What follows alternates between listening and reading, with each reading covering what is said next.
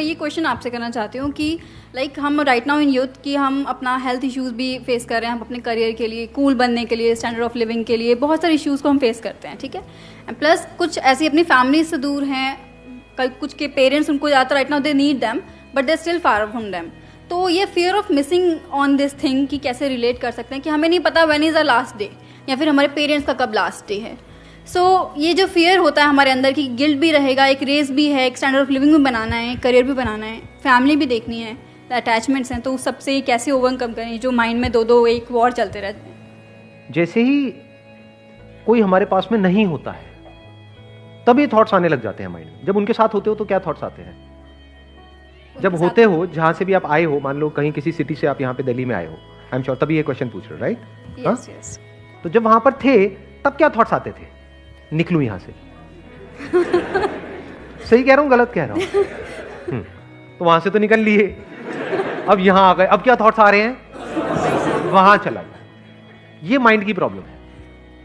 Mind हमेशा ऐसे ही काम करता है, सिर्फ आपका माइंड नहीं, मेरा माइंड नहीं, माइंड। फॉर एग्जाम्पल, आप में से किसी ने अपना कॉलेज चेंज किया, तो जब तक उस कॉलेज में थे रो रहे थे ये कितना घटिया कॉलेज है, ये है वो है। जैसे किसी दूसरे कॉलेज में गए, क्या हुआ? उसके माइनस पॉइंट दिखने लग गए और पुराने वाले के सारे प्लस पॉइंट याद आने लग गए कि अरे इससे बढ़िया तो वही था। जॉब में भी ऐसे ही होता है। हाँ, अब रिलेट किया लोगों ने, ये यार ये तो हमने देखा है, ये तो ऐसा तो होता है। जब तक होते हैं जॉब में, ये तो बेकार है, सब बेकार है, घटिया है, ये है वो है, लोग भी निकम्मे हैं, ये है कंपनी बेकार है।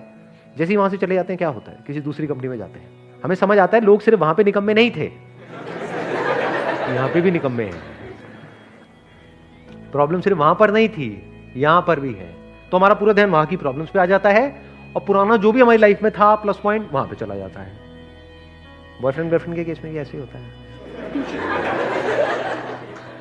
जब तक साथ में होते हैं, लड़ाई झगड़ा, उसकी कमियां दिख रही होती हैं सुबह से रात तक। जैसे ही वो किसी और के साथ चली जाती है, क्या होता है?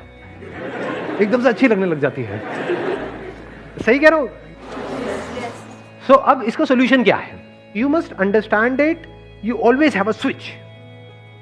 आपको थोड़ा सा अपना नजरिया, अभी यहां से इस सिचुएशन को देख रहे हो, यहां से जाकर के देखने लग जाओ, 1 सेकंड में सब बदल जाएगा।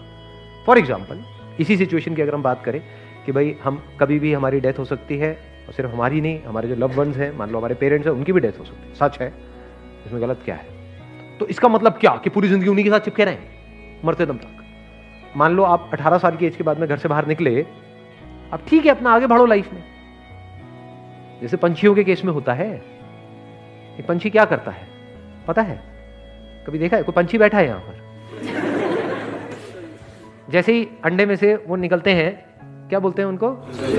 चूजे। नहीं, चूजे तो मुर्गी के होते हैं यार, चूजे पंछी के कहां से निकलेंगे?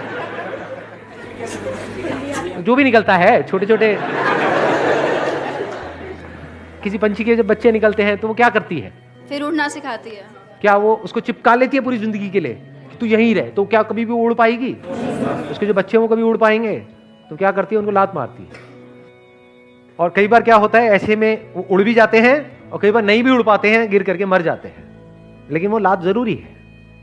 ऐसे ही लाइफ में अगर हमको कुछ भी करना है, यानी इस लाइफ को एक्सप्लोर करना है, लाइफ मतलब सिर्फ ये नहीं मैं, मेरे माँ बाप, ये नहीं है लाइफ, इसके अलावा भी बहुत कुछ है लाइफ में।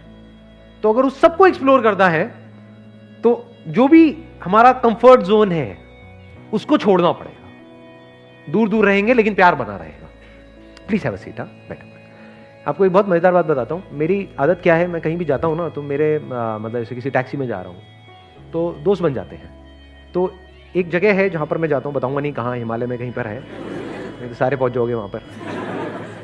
तो वहाँ पे एक टैक्सी ड्राइवर है जो बहुत अच्छा दोस्त है मेरा, मतलब बिल्कुल यारी दोस्ती वाला माहौल है। उसको पता ही नहीं है मैं कौन हूँ, क्या हूँ।